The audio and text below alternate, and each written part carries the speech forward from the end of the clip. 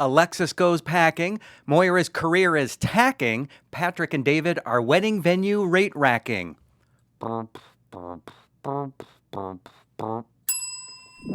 Maria Menounos, and you're tuned in to AfterBuzz TV, the ESPN of TV talk.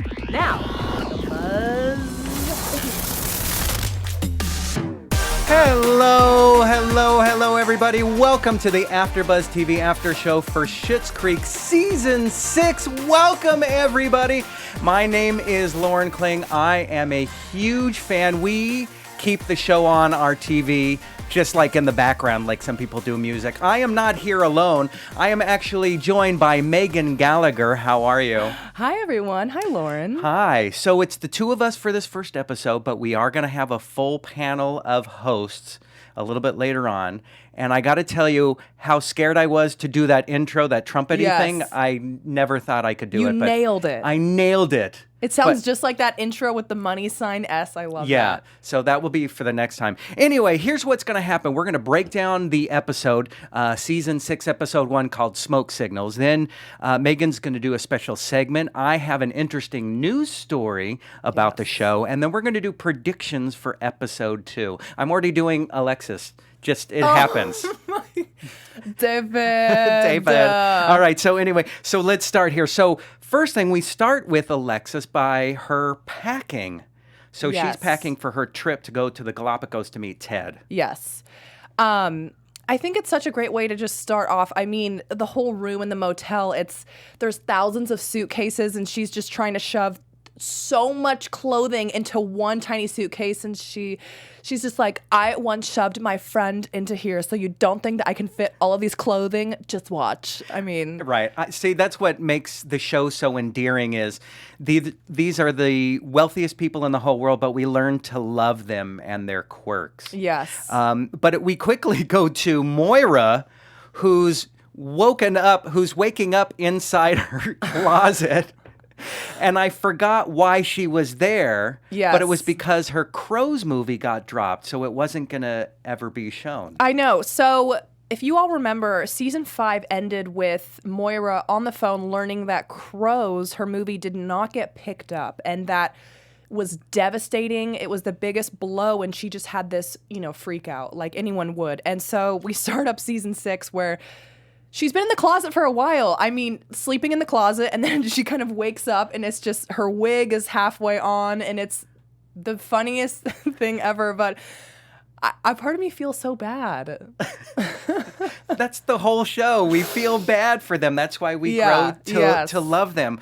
So, and then we cut to her in the closet while we see smoke billowing, and we don't know what's going on. I'm like, is this how they're going to end the season, by blowing up the... I know. Yeah. And you can literally hear Moira's voice from inside the closet. David! Is that who's vaping? Is that dueling? Is that... I know. I mean, and the closet door, she's trapped inside, and she's just like, this is not how I go! Get me out of here! And so if some people don't know, Catherine O'Hara used to be on a show called SCTV with Eugene Levy back in the day, and so they have a sketch and improv background, so they're veterans. So good together, and best in show, and just their on-screen chemistry. Right. It's so good. It's so good. So, but what's interesting, the reason why we have this smoke billowing is that Roland saves her, but not alone. He also saves her children. I know. I mean, her wigs. That's what I meant to say by her children. I know. I love it. He's like, we have to go, and she's just like, don't. This accent. Don't even think about it. She's like, you have to grab. They all have names. Right, they all have names. Yes. I know. So, but what's interesting, what that leads to is it wakes her up. She kind of realizes, like, you know what, this is a defining moment of my life. I need to decide what's important to me. Yes. And that's when she decides at that point that she needs to make a change in her life. I agree, because I think after being in such a funk when Crows didn't get picked up, and she kind of this crazy, almost near-death experience of the smoke, and it could have blown up, she could have died. I think it kind of awoken her to her senses of, oh my gosh, is there maybe something more to my life, or am I missing out, or maybe what shift do I need to make? And like, maybe I deserve to feel happier. Yeah. What would you grab if you had to evacuate? Oh my gosh. I think one, my laptop. Also just pictures, birth certificates, any type of priceless, just graduation diploma thingies that, just runs in the family heirlooms. How about you? The cats and the wife. Oh my gosh. That's about it. Although are some cool cat shirts I own that I would be disappointed if I didn't get a chance to save those. But anyway, I know. It's so minuscule, not like wigs. Anyway. I know, not like the wigs on I love it. She's like, Barbara was blown out. Don't leave Barbara. Right. All right. So now we go to David and Patrick are looking at their wedding venue. And of course, it's the most beautiful venue in the whole world. I know, it's so far from the motel. I mean, the motel's amazing and I love it and just the community in that town, but this wedding venue is like this gorgeous mansion estate that just seems like a whole other world away. And just, it's so beautiful. And back to season 5 for 5 seconds. When Patrick proposed. Oh, yeah. Oh, I literally was watching it. I mean, my roommate was like, "Are you okay?" I'm just like,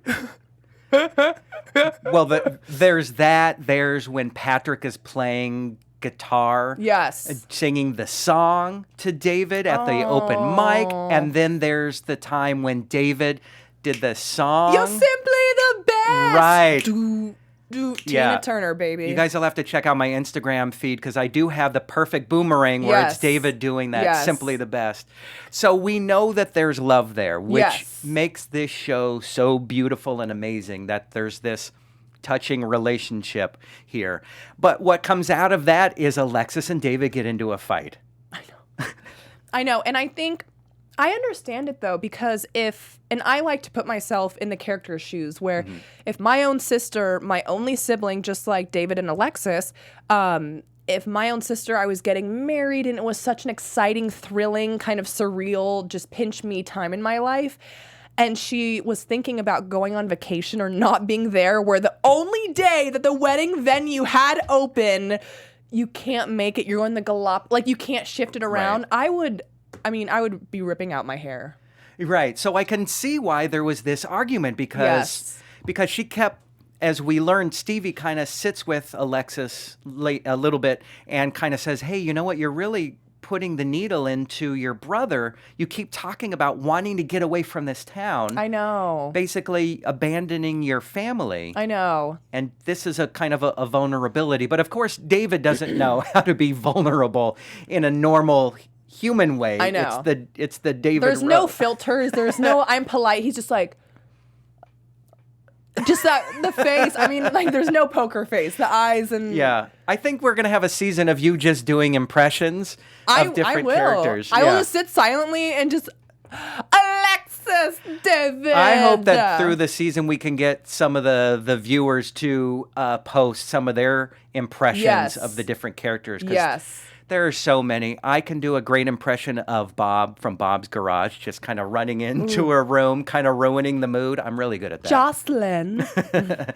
All right. So then we go to Moira, who's on a picnic with John. Yes. And I got to tell you, there's a news article in the New York Times about this last season, and the picture of John and Moira with her umbrella is so beautiful. It's so iconic. It is very iconic. And so they're out there and kind of by themselves and kind of reliving an old time when they got to relax and just take a walk. And then she decides at that point and tells John that she's going to put up her acting spurs. As Moira says, she's going to take the final bow in her career. Right. So, it's interesting that she's decided that she's giving up her career. And through the 5 seasons, really the only thing we got to see of hers is the Crows movie. We didn't really ever get to experience her during her career. Yes. But that was her comeback. It didn't work out. And now she's like, I think I'm going to just give it up. I know. It's And it's just, I mean, this whole journey with the Rose family has been so interesting to watch. Just such, this family come from such a different world to this. And then, I mean, you're right, though. We didn't really get to see a ton of Moira's acting career. It was, just like Crows. Right. But that was enough. I mean, I that was amazing.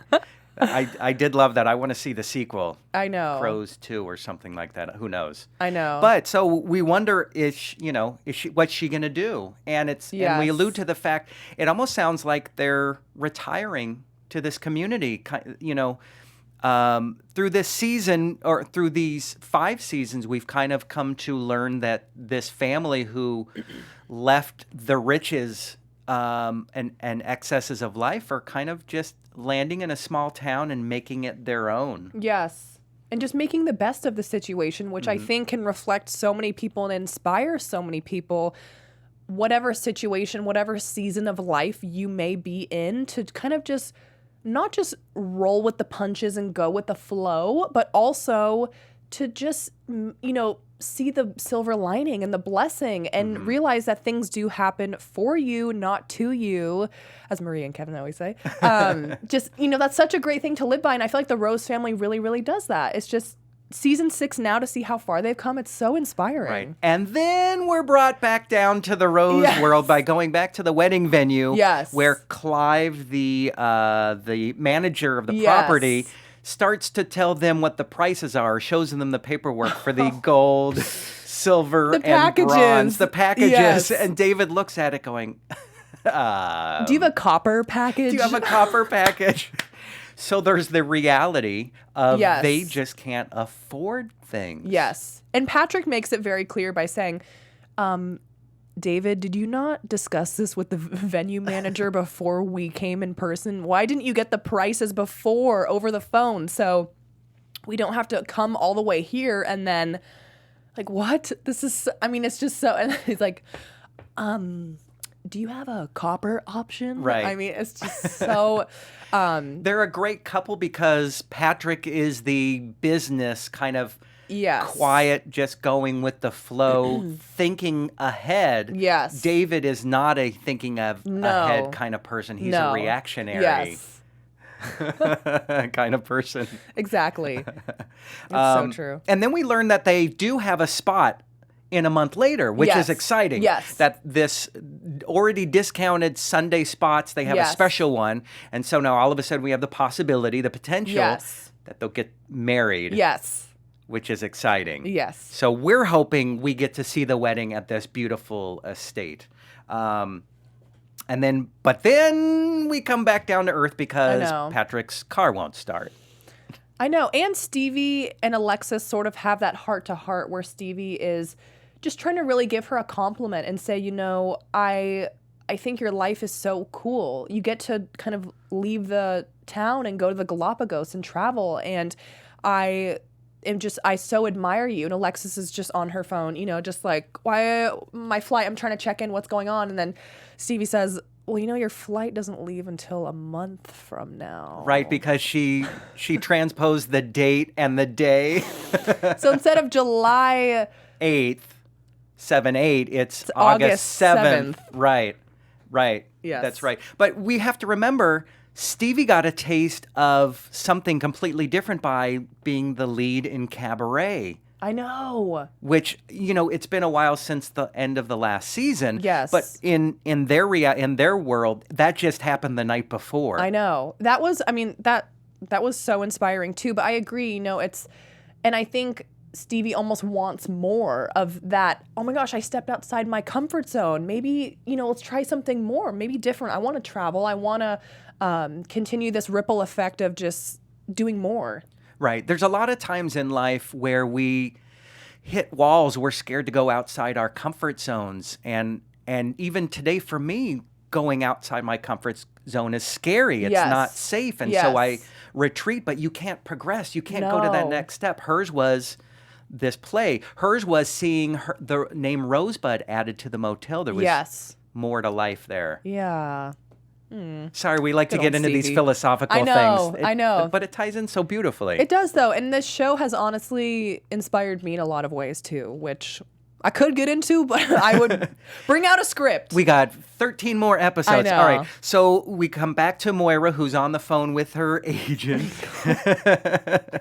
Something's happening. Yes. And John is nowhere to be seen, by the way.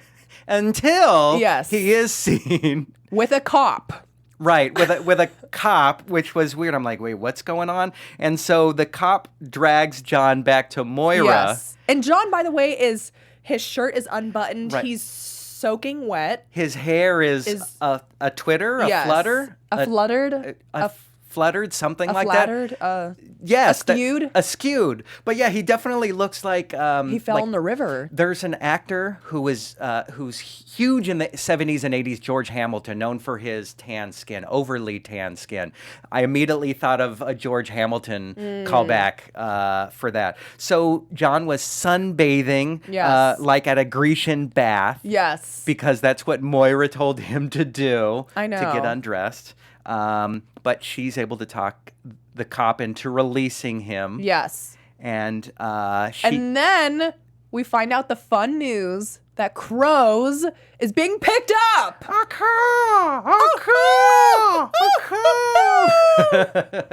Crows is just getting started, people. Right, because now it's on a new streaming streaming platform. Yes.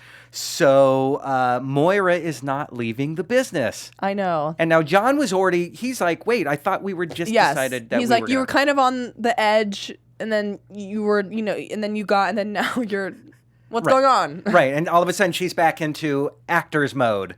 Yes. But I just love that the cop, oh my gosh. I mean, the cop was like, ma'am, this is your husband. I found him down by the riverbank undressing, and oh my gosh. The cop, I mean, he has like he's a fishing pole, and he's just trying to enjoy a day on the river fishing, and John's just like getting undressed, and they're trying to have a romantic picnic, but... Yeah, reliving an old moment at I the know. Avion, and of course immediately think of that water. I'm sure they were the Avion water estate. Yes. All right, so back to the wedding. Alexis apologizes to David for rubbing the trip into his face. And trying to make the wedding process about her and how it should be fitted around her schedule. Mm-hmm. Instead of the fact that it's these two people who are in love who just got engaged and it's so amazing. And it should be really about them. And no one should ever stress on their wedding day. Oh my gosh, we need to fit it to fit mom's schedule or dad's schedule or... Right. Yeah, So she of course has to tell David, I'm going to move my flight ahead a month. Yes. Don't worry, I'll do it for you. Yes. And is it Stevie that's like, wait, or then David's like, did you transpose the dates again? The Yes, date and yes, date? yes, She's yes, like, yes. okay, fine. Yeah. So they're always bickering. I mean, they'll Yeah. always be bickering. And then we go to this weird noise in the background, and I'm like, is this The Walking Dead? What's going on? Because it sounds... I mean, they were leaving the wedding venue, kind of on a good note and gonna pick the copper package maybe or the bronze package. Right. And then you just hear this shrieking faint in the distance, these screams. And I mean, the mansion is still in farm country where the motel is located. It's rural, it's farm, it's backcountry. So, I mean, when I first heard the screams, I don't know. I thought a party was going on or some... I thought I heard Walking Dead, and I'm like, I know. What's going on? Because it threw me. And then as it turns out that it's a pork producer that is nearby, and the reason why Sundays are discounted is because that's when they process the meat. Oh my gosh, that's what it sounded like right there. Yikes. You know what it sounds like? This is going to sound creepy, and I don't know how I remember this fact, but I remember growing up, my neighbor had pet rabbits or something. And I want to stop you right here. I know. I'm gonna do that. I'm gonna put the. You're smart because it's gonna get weird. I'm gonna hit the golden buzzer that says "Let's stop right here," and we're gonna move on to the final scene, the barbecue on the side of the motel. Yes. Where Moira says, "Life is but a strand of happy accidents." Ooh, yes. Right, and Snaps. we kind of wrap up the show with Patrick whispering to David, what if we put the wedding here? Yes. Which is so full circle, and it just makes sense because that part of the property is so beautiful, and they could, what they said, they could add lights, they could get really cute decor and furniture and totally just revamp it into something super different. Right. Patrick is the practical one. I know. But David is the reactionary. Yes. So I'm curious who's going to win out in that bout. I know. So, but we're going to come to predictions in a second. For now, let's go to special segments. Woo! Do we have music for that? Do I need... Yes, bring in the music, Loren. Well, all right. So that's our special segment. So we're going to go back to you, Megan, for our special segment. Woo! What do you got? Alrighty. So for today's special segment, we're going to do a little quiz that you all at home can play. Lauren's going to play. Okay. Where it's basically guess who said what. Okay. These quotes are from the show, and I'm going to say them, and you all have to guess who said what. Okay. All right, go ahead. Okay. All right, I'm nervous. So, first quote.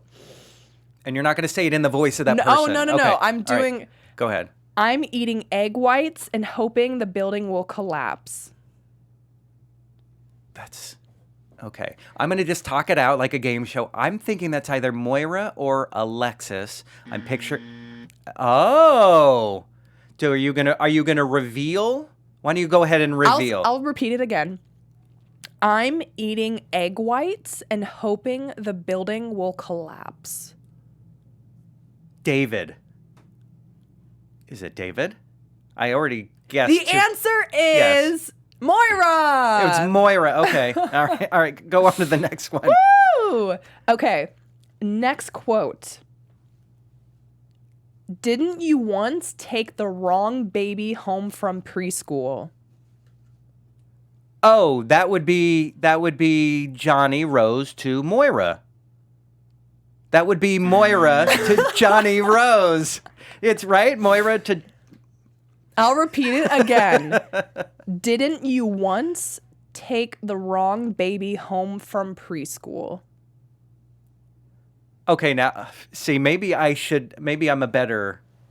The answer is... Yes, go ahead. David! Okay, good.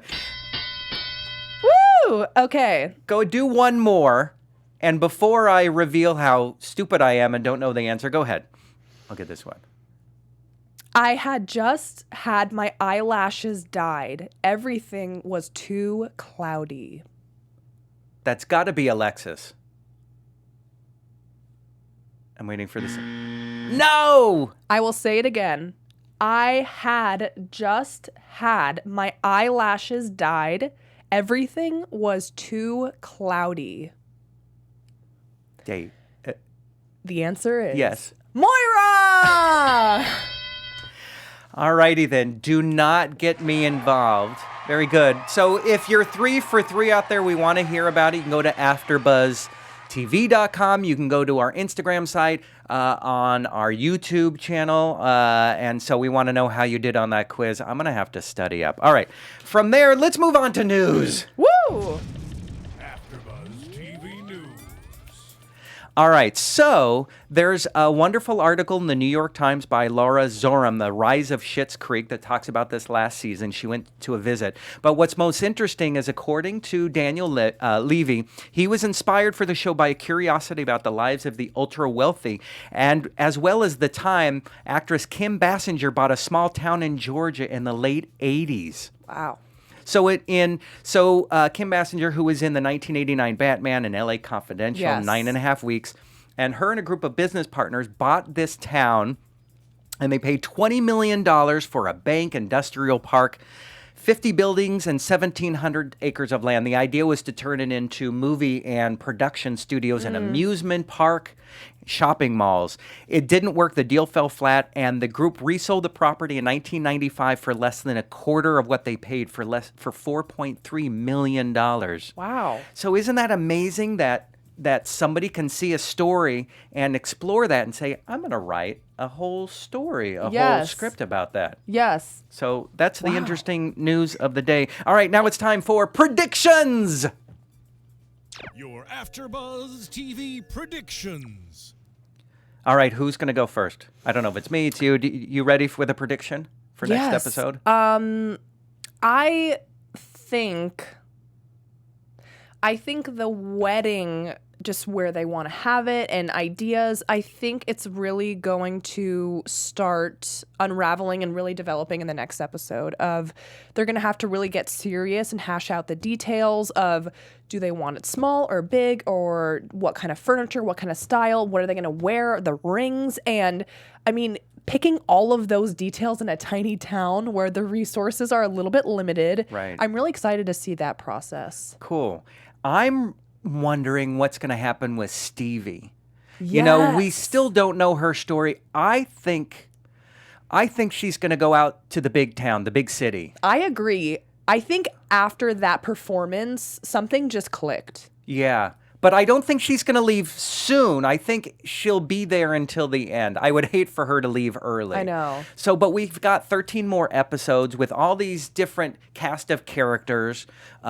Is Bob's Garage, is he ever going to produce those bagels like he was going to do, remember back when? So we'll find out. So thank you very much once again. My name is Loren Kling. You can follow me on Instagram at Loren Kling. That's LorenKling.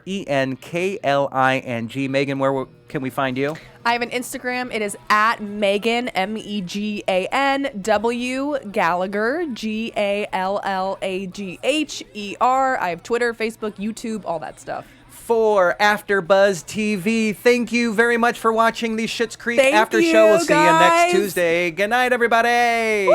Our founder, Keven Undergaro, and me, Maria Menounos, would like to thank you for tuning in to AfterBuzz TV. Remember, we're not just the first, we're the biggest in the world, and we're the only destination for all your favorite TV shows. Whatever you crave, we've got it. So go to AfterBuzzTV.com and check out our lineup. Buzz you later. The views expressed herein are those of the hosts only and do not necessarily reflect the views of AfterBuzz TV or its owners or principals.